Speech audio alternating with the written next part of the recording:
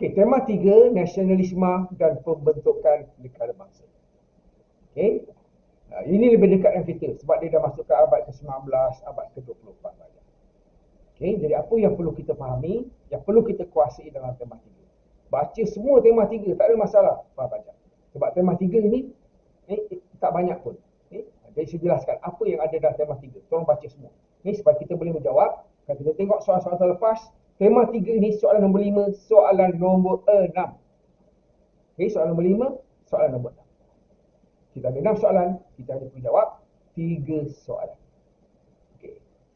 Pertama sekali dalam tema 3, berkaitan dengan nasionalisme dan pembentukan negara bangsa. Pertama, kita kena faham tentang perluasan kuasa barat ke atas wilayah Uthmaniyah. Pelajar kena faham macam saya jelaskan tadi, bila sebut kerajaan Islam, ada satu saja kerajaan, itu kerajaan Uthmaniyah pada waktu itu. Okay, yang lain semua adalah pemerintahan di peringkat wilayah, di bawah wilayah kerajaan pusat Islam di Turki, kerajaan Uthmaniyah. Jadi perluasan kuasa barat ke atas wilayah Uthmaniyah. Pelajar kena faham pada waktu itu Uthmaniyah berada di penghujung, sedang lemah, ada menghadapi banyak masalah kewangan dan sebagainya. Jadi ekspedisi ketenteraan itu tidak dapat dibiayai untuk mempertahankan wilayah Islam yang besar.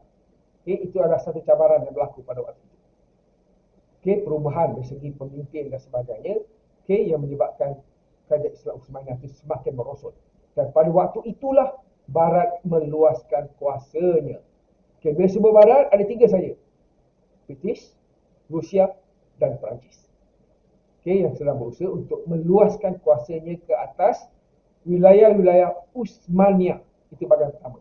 Jadi pelajar kena faham faktor-faktor perluasan kuasa Barat ke atas wilayah Uthmaniyah, ke atas Empire Uthmaniyah. Satu. Faktor-faktor kejatuhan kerajaan Uthmaniyah. Itu adalah perkara penting. Bila Barat meluaskan kuasa, menunjukkan kerajaan Uthmaniyah itu semakin lemah dan sudah hampir nak jatuh. Itu yang kita kena faham. Dan Barat menggunakan dakwahnya untuk memecahkan. Itu yang akan melahirkan nanti yang dipanggil konsep negara bangsa. Dari semua negara-negara wilayah Islam nanti akan mula memberontak menentang kerajaan pusat Uthmaniyah. Dengan ideologi Barat yang disebarkan kepada gerakan-gerakan nasionalisme dan sebagainya. Supaya bebas daripada Uthmaniyah yang berpusat di Turki. Contoh. Dia memulakan dakwah dan sebagainya. Jadi memecahkan. Dulu tidak ada negara bangsa. Bila sebut negara Islam, itulah dia, Empire Islam. Kemudian baru dakwah Barat itu telah memberikan satu perubahan yang mengatakan bahawa negara berasaskan bangsa. Contoh Jerman, orang Jerman bangsa Jerman, orang Itali bangsa Itali, kan? Habis itu juga negara Arab yang lain. Orang Syria, bangsa Syria, negara di Syria. Orang Mesir, bangsa Mesir, negara di Mesir. Pasal jadi Uthmaniyah yang berpusat di Turki. Contoh, itu dikatakan sebagai negara bangsa. Okey. Yang kedua, reaksi masyarakat tempatan abad ke-19. Ada 2 saja, Algeria ataupun di Mesir. Satu lagi gerakan nasionalisme abad ke-19 hingga 20 di Syria dan juga di Mesir. Misalnya Syed Jamaluddin Afghani, Syekh Muhammad Abduh, gerakan Islah, Rashid Ridha dan sebagainya. Kemudian 3.4 Perang Dunia Pertama. Kisahnya ke atas penglibatan Khalifah Uthmaniyah abad ke-20. Strategi kuasa Barat terhadap Khalifah Uthmaniyah dalam Perang Dunia Pertama. Dan juga yang akhir adalah pembentukan negara bangsa, sama ada di Turki ataupun di Mesir. 2 saja. Ini semua dalam tema 3. Dalam tema 3 ini kalau pelajar lihat, saya jelaskan satu persatu. Harap faham. Kita tak faham, boleh tanya saya, jangan risau. Yang pertama, dalam sejarah Islam tema 3 ini yang dikatakan sebagai nasionalisme dan pembentukan negara bangsa. Pertama sekali pelajar kena faham tentang perluasan kuasa Barat. Bila sebut Barat, Perancis, British dan juga Rusia. Rusia tu dia bersepadan dengan banyak wilayah-wilayah Uthmaniyah. Banyak wilayah Islam, Uthmaniyah, Balkan dan sebagainya, hampir dengan Rusia. Jadi Rusia nak ambil semua kawasan itu. Perluasan kuasa Barat. Itu juga di wilayah Islam di Afrika Utara, di Timur Tengah, di Mesir dan juga di Semenanjung Arab. Mana Mesir, di mana British dan Perancis cuba meluaskan kuasanya di Syria dan juga di Mesir. Jadi apakah faktor-faktor zaman faktor-faktor peluasan kuasa barat ke atas Kerajaan Uthmaniyah abad ke-18 dan abad ke-20. Kemudian bila barat masuk, baru berlaku reaksi ataupun tindak balas. Bagaimana reaksi masyarakat Mesir terhadap peluasan kuasa barat di Mesir? Siapakah yang mengetuai gerakan yang membangkitkan reaksi menentang Perancis atau British di Mesir? Peluasan kuasa British atau Perancis di Algiers abad ke-19-20. Apakah reaksi masyarakat Algeria terhadap peluasan kuasa barat? Itu dikatakan reaksi. Masuk barat dulu, barat jajah, baru berlaku reaksi. Kat barat tak masuk, mana boleh ada reaksi? Betul? Mesti ada peluasan kuasa barat dulu, baru berlaku reaksi. Bila dah berlaku reaksi, barulah wujud kesedaran. Barulah berlaku gerakan nasionalisme. Kesedaran, semangat kebangsaan untuk menuntut kemerdekaan, membebaskan diri daripada penjajah barat. Itu berlaku. Itu dipanggil gerakan nasionalisme. Siapa yang mengikuti gerakan nasionalisme? Yang misalnya. Gerakan Turki muda, gerakan Mesir muda, Algeria muda, semua ada. Jadi faktor-faktor Mesir dan Syria yang membangkitkan gerakan nasionalisme. Faktor-faktor kebangkitan gerakan nasionalisme di Mesir ataupun di Syria abad ke-20. Contoh.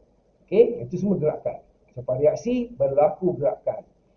Pada masa itu juga berlaku Perang Dunia Pertama yang melibatkan Khalifah Uthmaniyah tahun 1914-1918. Jadi sebab berlaku Perang Dunia, apa kesannya kepada Empire Uthmaniyah?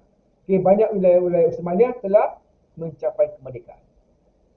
Ini melalui perjanjian yang dibuat khusus kepada kerajaan-kerajaan Islam Uthmaniyah. Nanti saya akan beri yang ini.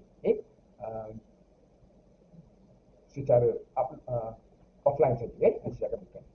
Satu lagi adalah pembentukan negara bangsa. Selepas Perang Dunia Kedua, Empire Uthmaniyah semakin merosot.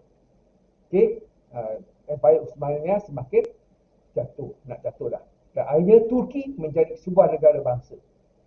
Maka tidak ada lagi Turki Uthmaniyah, Empire Turki Uthmaniyah. Turki sekarang hanya berpusat di Turki saja, iaitu di Istanbul. Dan satu lagi adalah kerajaan negara bangsa Mesir. Orang Mesir untuk negara Mesir. Itu maksudnya. Inilah yang berlaku dalam tema 3. Dan 5 bahagian ini, dan 5 subtopik ini, soalan nombor 5, soalan nombor 6. Soalan nombor 5, soalan nombor 6. Apa yang ada? Saya nak jelaskan. Yang penting. Boleh Fajar? Saya bagi masa. Boleh bersedia, boleh tanya saya soalan. Ada soalan tak? Saya tengok chat sekejap.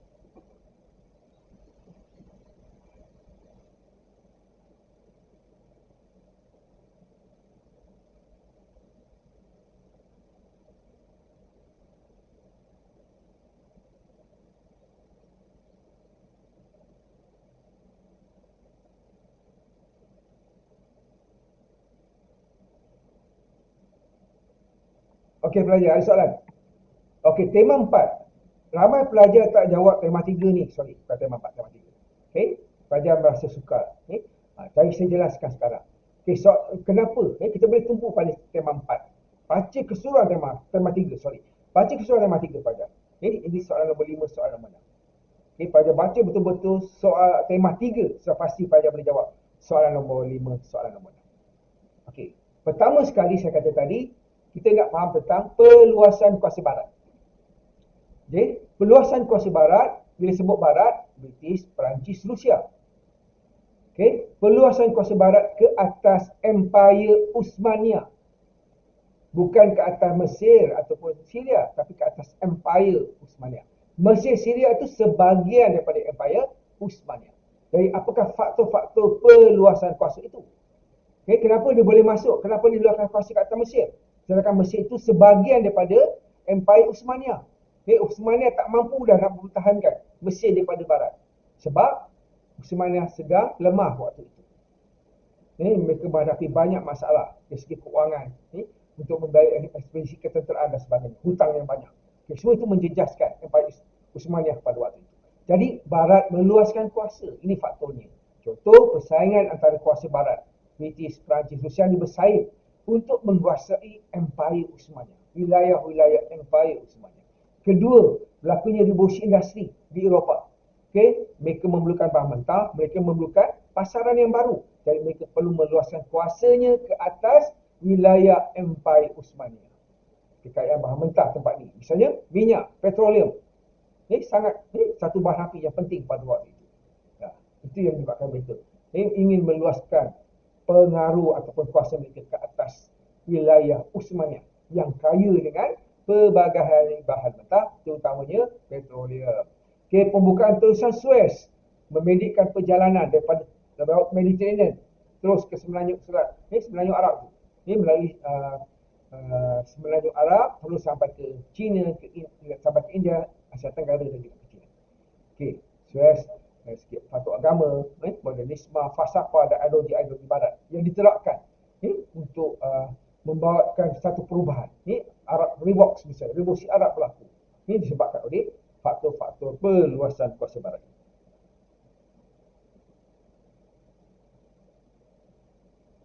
Nanti saya akan jawab soalan Aisyah ni. Saya jelaskan ini dulu. Perluasan kuasa barat ke atas Empayar Uthmaniyah, maka berlaku perkembangan nasionalisme. Jadi apakah reaksi? Nasionalisme sebab kebangsaan. Di Mesir, di Algeria, di Syria, berlaku kebangkitan nasionalisme. Jadi berlakulah reaksi, tindak balas masyarakat terhadap perluasan kuasa barat ini. British, Perancis, Rusia di Mesir. Misalnya Muhammad Ali Al-Fashar, Rashid Rida, pemberontakan Urabi contoh di Mesir. Itu adalah reaksi ataupun tindak balas. Itu juga di Algeria berlaku pemberontakan Kanilia, dasar Perancis yang Algerian, Ali Abdul Qadir, para Islamis, gerakan Islam di Mesir. Semua itu adalah reaksi yang membawa kepada kebangkitan nasionalisme. Kalau dahulu seperti saya katakan tadi disebut Empayar Uthmaniyah, ini semua Empayar Uthmaniyah. Jazirah Arab, Semenanjung Arab, Syam, Jordan, Lebanon, Palestin, Syria, Utara Afrika, Iraq, Parsi, Eropah, sebahagian daripada misalnya di Andalusia, alam Melayu, itu adalah Empayar Uthmaniyah. Jadi mereka meluaskan kuasa ke atas Empayar Islamiah yang dibuat oleh Barat. Misalnya Barat sama dia dah buat satu perjanjian yang penting, yang dipanggil perjanjian Sykes-Picot. Untuk membagikan wilayah Islam itu kepada 3 kuasa besar. Dalam usaha mereka untuk meluaskan kuasa ke atas wilayah Islam. Jadi kena faham, tema 3 ini yang pertama sekali perluasan kuasa Barat ke atas wilayah Uthmaniyah. Dari segi faktor-faktor perluasan kuasa.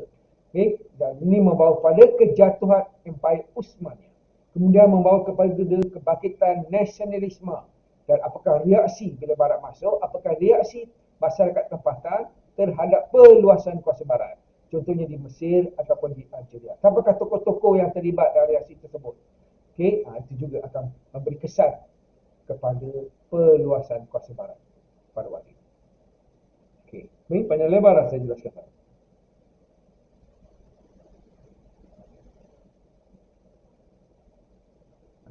Satu lagi. Gerakan nasionalisme. Ini satu yang besar Pak Fajar. Ramai yang keliru dengan gerakan nasionalisme. Gerakan nasionalisme, gerakan nasionalisme itu gerakan kebangsaan. Gerakan nasionalisme, gerakan kebangsaan. Gerakan cintakan negara, gerakan mahukan negara yang merdeka. Dua saja. Mesir dan juga Syria. Bila Barat meluaskan kuasanya, British ke, Perancis ke, Rusia ke, dia memperkenalkan undang-undang Barat. Mereka mahu mengaut kekayaan negara. Mengambil kekayaan negara Mesir, bawa balik negara. Syria pun sama. Dan kedua-dua tempat ini dia guna undang-undang Barat untuk membolehkan mereka menguasai kekayaan Mesir, kekayaan Syria. Jadi dia perlu guna undang-undang Barat. Maka bila berlaku semua itu, maka berlakulah gerakan nasionalisme. Apakah faktor-faktor yang mempengaruhi gerakan nasionalisme? Ini dia faktor-faktor. Faktor agama, bahasa kesusastraan, pengaruh kewartawanan, pengaruh pendidikan, peranan golongan intelektual, pengaruh agama. Semua ini adalah faktor-faktor yang menyumbang kepada gerakan nasionalisme. Okey, kita boleh ambil satu-satu. Sejauh manakah peranan pendidikan dalam membangkitkan gerakan nasionalisme di Mesir atau di Syria? Sama je, mana-mana boleh ambil kan? Kita boleh jadikan soalan, tak ada masalah. Jadi pelajar kena faham, bila sebut gerakan nasional, inilah faktornya. Itu yang saya nak pelajar faham. Bila sebut gerakan nasionalisme, ini faktornya. Boleh mana-mana faktor nak highlightkan, tak kira pun, tak kisah. Tapi semua faktor ni pelajar kena kuasai. Baru kita boleh jawab dengan baik. Jelas. Okey, idea tentang gagasan, siapa, bila, bagaimana, di mana dan apakah kesan daripada gerakan ini yang membawa kepada kebangkitan nasional, sama ada di Syria ataupun di Mesir. Okey, bila sastra kewartawanan ini. Okey, Taha, Najib, Muhammad Abdul, Muhammad Rashid Ridha dan sebagainya. Semuanya boleh dikaitkan dengan gerakan nasionalisme. Kebangkitan semangat nasionalisme, mahukan kemerdekaan, berkerajaan sendiri. Itulah yang dikatakan sebagai nasionalisme. Okey, ini antara tokoh-tokoh lain yang kita boleh kaitkan dengan gerakan nasionalisme. M. Faris, okey, Yaqub Saruf di Syria. M. Faris, Yaqub Saruf juga menerbitkan Al-Muqaddam. Okey, mereka juga adalah wartawan. Contoh. Faham-faham saja. Cuma fahamkan betul-betul soal berkaitan dengan gerakan nasionalisme. Okey, sama ada di Mesir ataupun di Syria, faktornya sama, contohnya saja berbeza. Di tempat itu, sama ada di Mesir ataupun di Syria. Itu yang pelajar perlu bezakan. Okey, dan juga boleh dihadkan mana-mana tokoh untuk mengetuai sesuatu gerakan nasionalisme itu. Jadi kena faham keseluruhan apa yang dikatakan sebagai gerakan nasionalisme. Barulah kita boleh menjawab mana-mana soalan berkaitan dengan gerakan nasionalisme. Sama ada di Mesir ataupun di Syria. Tak susah pun. Jadi susah sebab pada lihat keseluruhan. Banyaknya kan. Okay, tak perlu. Tapi inilah perkara penting. Isi penting yang perlu kita faham. Dan mana-mana faktor itu boleh dihighlightkan sebagai faktor utama kepada gerakan nasionalisme sama ada di Mesir ataupun di Syria.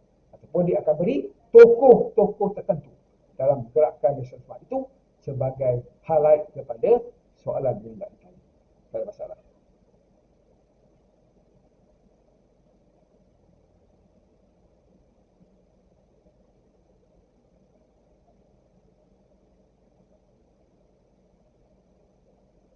Okey, ada yang tanya saya ni, soalan makan dikeluarkan semua tema. Tak ada tema yang tak keluar. Tema 1, tema 2, tema 3. Semua keluar soalan. Okey, semua ada soalan. Lepas tu kita perlu baca. Ini yang saya bagi.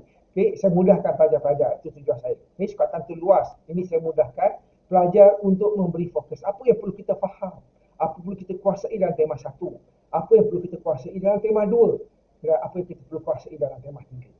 Nampak ada perbezaan. Bukan tema 1, tema 2, tema 3. Jadi tiga-tiga tema itu ada dalam soalan yang perlu kita kuasai untuk membolehkan kita menjawab. Jadi saya hanya mempermudahkan apa yang perlu kita kuasai dalam setiap tema itu untuk menjadikan kita lebih bersedia dalam menghadapi peperiksaan. Kita kena belajar semua, kita kena faham semua. Tetapi kita perlu menguasai apa yang sepatutnya kita kuasai dalam tema 1, tema 2, tema 3. Supaya kita boleh memberi fokus yang lebih baik. Memberi jawapan yang lebih baik kepada soalan-soalan. Kita lihat dalam tema 3 ini semua penting. Seperti yang saya jelaskan ini. Kita boleh jawab. Bila kita kuasai semua, kita boleh menjawab apa sahaja soalan. Sama ada tema 1, tema 2 ataupun tema 3. Jangan risau. Jangan fikir sangat tentang sport lah. Dan sebagainya. Tidak. Kita perlu faham apa yang ada dalam tema 1, apa ada dalam tema 2 dan apa dalam tema 3 yang perlu kita kuasai. Okey, ini bahagian yang kedua dalam tema 3. Okey, saya teruskan. Okey, yang saya ringkaskan kat sini sangat penting para pelajar. Benda-benda yang saya berikan ini sangat penting. Okey. Contoh, saya bagi contohnya. Faktor kemunculan gerakan nasionalisme di Mesir atau Syria. Faktor kemunculan gerakan nasionalisme di Mesir atau Syria. Ini faktor yang saya katakan tadi. Sama ada di Mesir atau Syria, inilah faktornya. Cuma membezakan faktor ini adalah contoh Siapa tokoh yang terlibat di Mesir, di Syria, itu yang membezakan. Tapi segi faktor umumnya, inilah dia. Faktor agama, pengaruh agama. Barat, dia nak meluaskan kuasa. Gerakan nasional di Mesir, di Syria disebabkan oleh pengaruh agama. Mengembangkan agama Islam. Contoh. Peranan bahasa dan kesastraan, bagaimana? Pengaruh golongan agama tu dalam membangkitkan gerakan nasional. Peranan bahasa dan kesastraan. Sastra apa? Siapa yang menulis? Bagaimana dia menulis? Bagaimana penulisan bahasa itu membangkitkan nasionalisme. Sudah pasti apa yang terjadi dalam surat khabar, majalah. Membicarakan tentang contoh gerakan Islah. Pembaruan dalam Islam. Misalnya daripada Yusuf Al-Azhar. Suara-suara, surat khabar yang diterbitkan, Al-Quran dan sebagainya. Semua itu membangkitkan gerakan nasionalisme.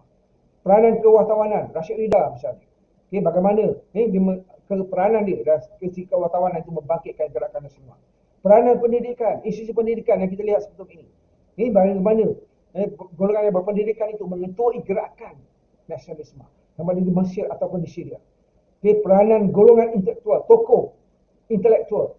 Mereka bijak pandai. Misalnya Syekh Muhammad Abdul, Syekh Jalaluddin misalnya. Mereka semua itu memainkan peranan dalam kemunculan gerakan nasionalisme. Sama ada di Mesir, di Yusuf Al-Azhar, sudah pasti, dan juga di Syria. Dan juga pengaruh luar, bagaimana pengaruh luar yang berlaku di luar itu mempengaruhi gerakan nasionalisme. Sama ada di Mesir, di Syria. Gerakan revolusi Arab misalnya.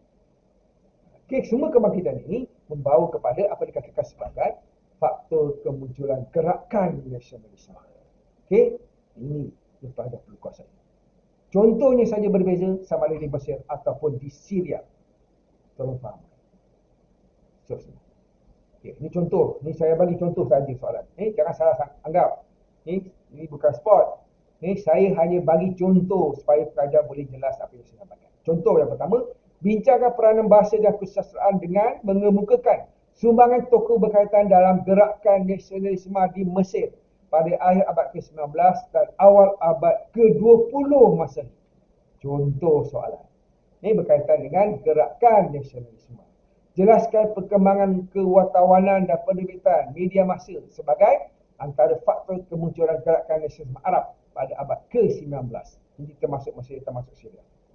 Bincangkan peranan Muhammad Abdul, Syekh Muhammad Abdul dan Muhammad Rashid Rida dalam membangunkan gerakan pembaruan di Mesir pada abad ke-19 dan abad ke-20. Ini peranan, baru satu peranan. Apa peranan dia? Bagaimana? Ini Muhammad Abdul dan Syekh Rashid Rida ini dalam menggerakkan gerakan pembaruan Islam. Sudah pasti yang ini adalah gerakan Islah ataupun gerakan pembaruan Islam. Apa di dalam itu dan sebagainya. Ini contoh soalan. Ini kalau keluar tanya tentang faktor-faktor kebangkitan nasionalisme, semua faktor yang saya berikan tadi. Ini antara faktor yang dihighlightkan untuk menjadi soalan. Ini berkaitan dengan gerakan nasionalisme. Okey, jelas saja.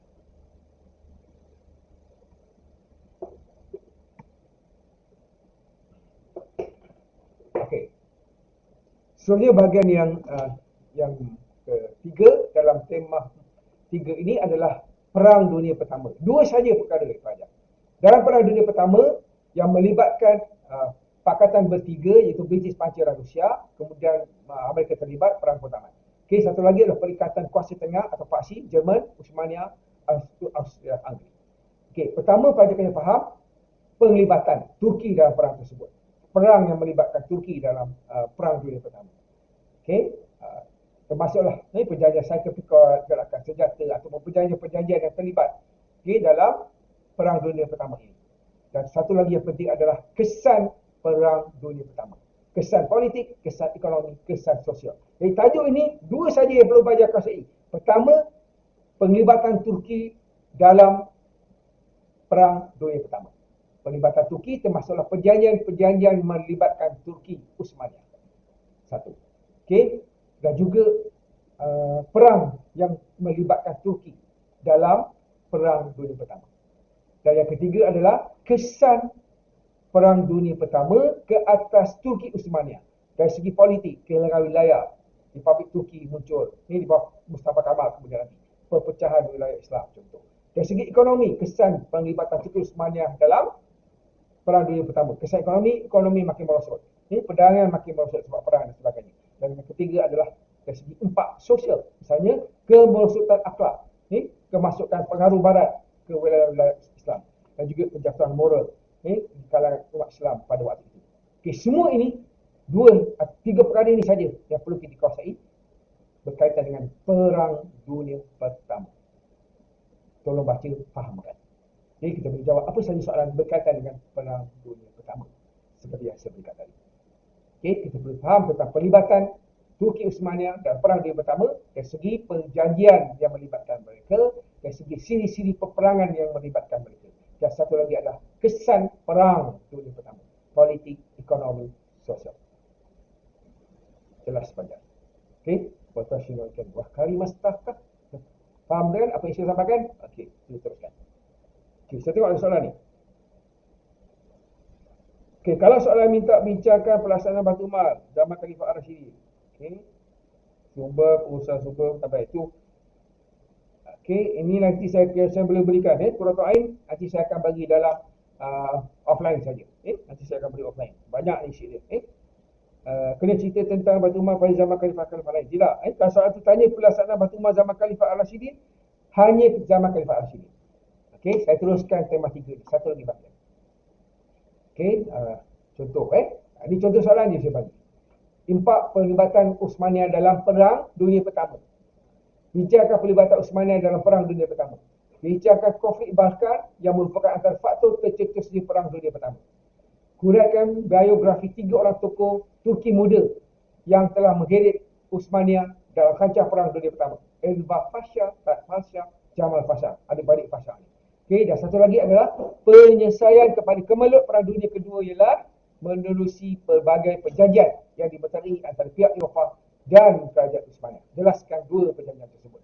Perjanjian Budros, perjanjian Versailles 1919. Ini antara contoh soalan-soalan yang mungkin boleh ditanya. Ini berkaitan dengan apa yang kita belajar tentang Perang Dunia Pertama. Panjang, jelas. Saya teruskan dan bahagian akhir. Untuk tema ini adalah ini contoh kesan tadi. Kesan kesan dari segi politik. Sebab Perang Dunia Pertama, perubahan dari sebuah empire luas kepada sebuah negara yang kecil, Turki saja. Daripada Empire Uthmaniyah kepada Turki, Republic of Turkey. Dari sebuah kuasa bebas kepada negara yang terikat. Dari sistem pemerintahan khalifah kepada pemerintahan republik. Dari sebuah negara Islam kepada negara sekular.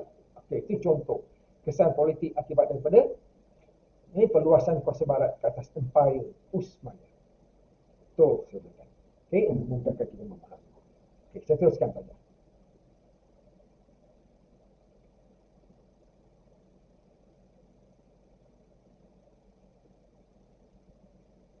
Satu lagi adalah negara bangsa. Yang bahagian akhir dalam tema 3 adalah negara bangsa. Saya jelaskan ini. Bagaimana datangnya negara bangsa ini? Mula dengan tadi perluasan kuasa barat ke atas Empire Uthmaniyah. Bila barat meluaskan kuasanya ke atas Empire Uthmaniyah, maka kedudukan Empire Uthmaniyah semakin jatuh, semakin lemah. Maka wujudlah negara bangsa. Negara bangsa wujud di Turki ataupun di Mesir disebabkan oleh kebangkitan semangat nasionalisme. Salah satu faktor penting adalah kebangkitan semangat nasionalisme. Faktor pembentukan negara bangsa. Cuba kita lihat. Pertama sekali berkaitan dengan negara bangsa adalah faktor-faktor pembentukan negara bangsa. Di Turki misalnya. Kekalahan dalam Perang Dunia Pertama melemahkan lagi Kerajaan Uthmaniyah. Masalah dalaman, misalnya rancangan-rancangan, tanzimat, semua tak berjaya. Turki cuba menjadi ibarat, tetapi menjadi ibarat yang menjatuhkan dia. Tindakan kuasa barat. Apakah kuasa barat yang telah lakukan untuk menjadikan menyebabkan Turki semakin tersepit? Gerakan Islam, masalah ekonomi yang berlaku yang dihadapi oleh Uthmaniyah pada itu, beban hutang, faktor sosial, pendidikan dan juga golongan minoriti yang memberontak, yang menentang. Yang akhirnya membawa kepada terbentuknya Turki, Republic of Turkey. Lebih awal lagi sebelum Mustafa Kemal. Telah akhirnya Mustafa Kemal merealisasikan Turki sebagai sebuah negara bangsa yang dipanggil Republic of Turkey ataupun Republic Turki. Begitu juga di Mesir.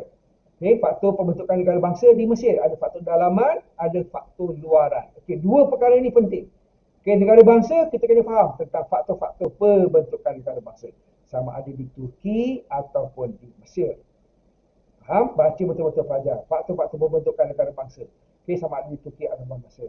Okay, satu lagi adalah kalau kita lihat negara bangsa ini berkaitan dengan sempadan. Itu sempadan telah digariskan dengan memisahkan penduduk mengikut negara masing-masing ataupun wilayah ataupun satu agama. Okey, wilayah Mesir, negara Mesir lah.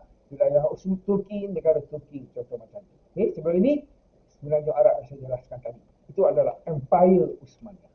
Okey, jadi dua perkara penting yang pelajar perlu kuasai dalam bahagian yang akhir dalam tema 3 ini adalah negara bangsa. Terutamanya faktor-faktor pembentukan negara bangsa. Sama ada di Turki ataupun di Mesir. Jadi pelajar baca dan kuasailah perkara-perkara ini. Okey, jadi kebangkitan negara bangsa ini berwujud disebabkan oleh kelemahan kerajaan Empire Utsmaniyah. Okey, menyebabkan akhirnya wilayah-wilayah Utsmaniyah itu bangkit, memberontak dan akhirnya mereka berlaku revolusi Arab misalnya yang akhirnya membawa kepada terbentuknya kerajaan yang baru yang dipanggil Republik. Okey, itu yang berlaku dalam tema 3. Sampai situ saja. Ini berkaitan dengan tema 3 saja. Okey, kita nak sampai hujung. Jadi, saya simpulkan dekat sini. Okey, dari segi konsep negara bangsa, negara ialah satu komuniti politik susun dan menguasai satu kawasan dan berdaulat. Negara juga boleh definisikan sebagai satu badan atau autoriti dalam sesuatu wilayah. Dan bangsa itu pula ialah sekumpulan manusia yang menetap di satu kawasan dan mendatangkan usul adat Islam, kebudayaan, agama dan sistem politik bagi sendiri.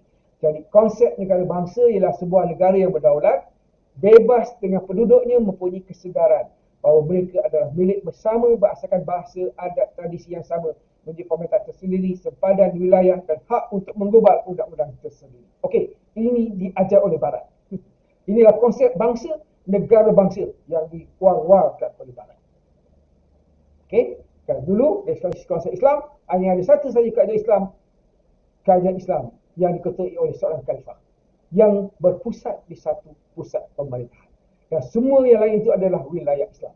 Ketika kerajaan Islam berkuasa, berkuat, ketika kerajaan Islam mendukung negara berasaskan Al-Quran dan Hadis, maka disitulah zaman kegemilangan Empire Islam. Jadi apabila tidak lagi wujudnya, tidak lagi berpegang pada Al-Quran dan Sunnah Rasulullah, maka jatuhlah sesuatu kerajaan itu. Okey, itu antara perkara penting yang kita belajar daripada sejarah Islam. Okey, saya buka soalan kepada. Ada sebarang soalan sebelum saya pergi bahagian yang akhir. Ini contoh faktor-faktor pembentukan negara bangsa di Turki. Kekalahan dan perang dunia pertama, pembentukan kerajaan, sekularisme, perundangan. Okay, faktor-faktor pembentukan negara bangsa di Turki, pertama di segi kekalahan dalam perang dunia pertama, menyebabkan Turki akhirnya jadi negara bangsa. Pembentukan kerajaan yang baru, okay, sekularisme yang diamalkan. Okay, menggunakan undang-undang Barat, tidak lagi menggunakan undang-undang Islam. Okay, dari segi perundangan Islam. Okay, itu antara perkara yang kita boleh lihat dari segi faktor negara bangsa. Okay, sekali saya nak uraikan ini saja pelajar. Okay, saya nak pelajar beri tumpuan. Bila kita menjawab soalan sejarah Islam, okay, macam saya kata tadi dah tema 2, kita kena betul-betul faham konsep, kita kena faham istilah yang tepat. Kita tidak boleh menghentam. Kalau kita hentam saja tak apa-apa ingat, kita tak boleh jawab. Okay, kita tak faham tentang zakat, jenis-jenis zakat, kita jangan jawab. Sebab kita akan jawab, memberi jawapan yang salah. Jadi bila kita menjawab soalan, kita nak menghuraikan bahagian takulan itu. Pengetahuan, semua pelajar tahu, isi yang saya beri tadi banyak pengetahuan. Apakah takulannya? Jadi kita menakul ini, kita macam makan burger, pelajar. Saya terangkan sebelum ini. Dalam burger, kalau kita lihat burger kan, tambah lagi dia ada 2 roti, atas bawah. Ini pengenalan, ini penutup.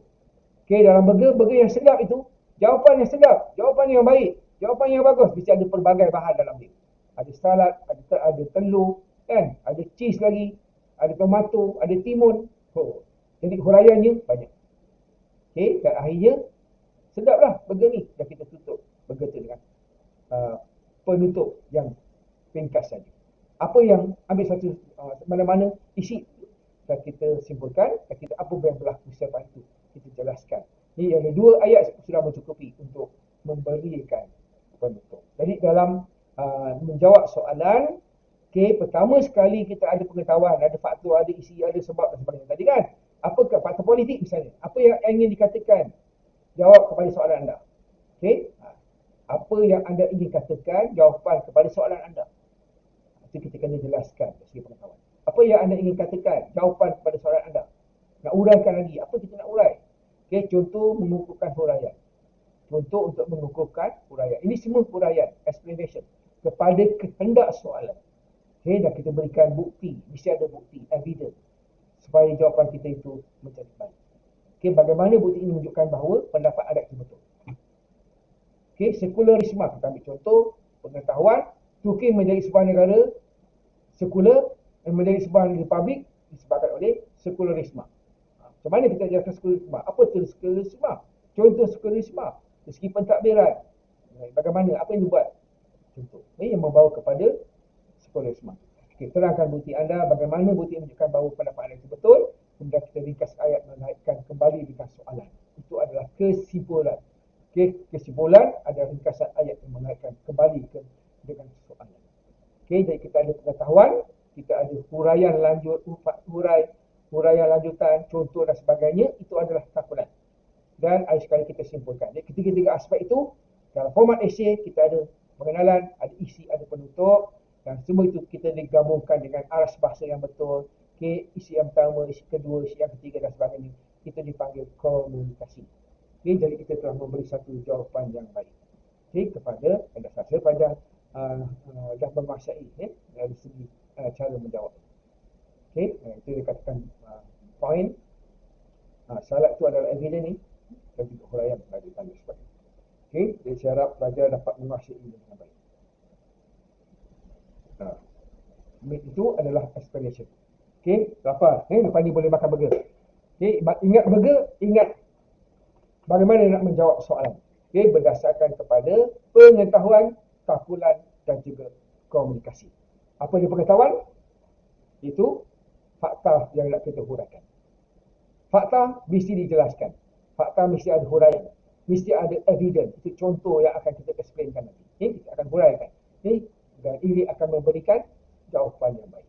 Dan akhir sekali kita simpulkan dalam satu isi.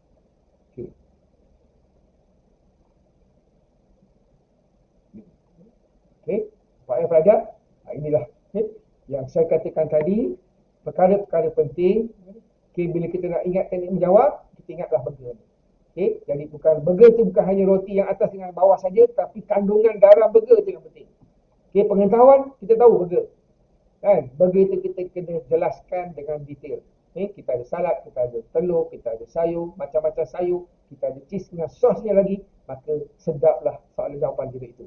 Jadi jawapan kita sedap, kita layak dapat markah yang sedap. Mungkin 20 markah per 20. Okey pelajar, ada soalan. Ini format esei, pengenalan, isi dan penutup. Saya berhenti di sini, saya beri ruang untuk soal jawab. Untuk bertanya saya tentang sejarah Islam, tema soalan sejarah Islam ulangan semester 2 ini. Silakan.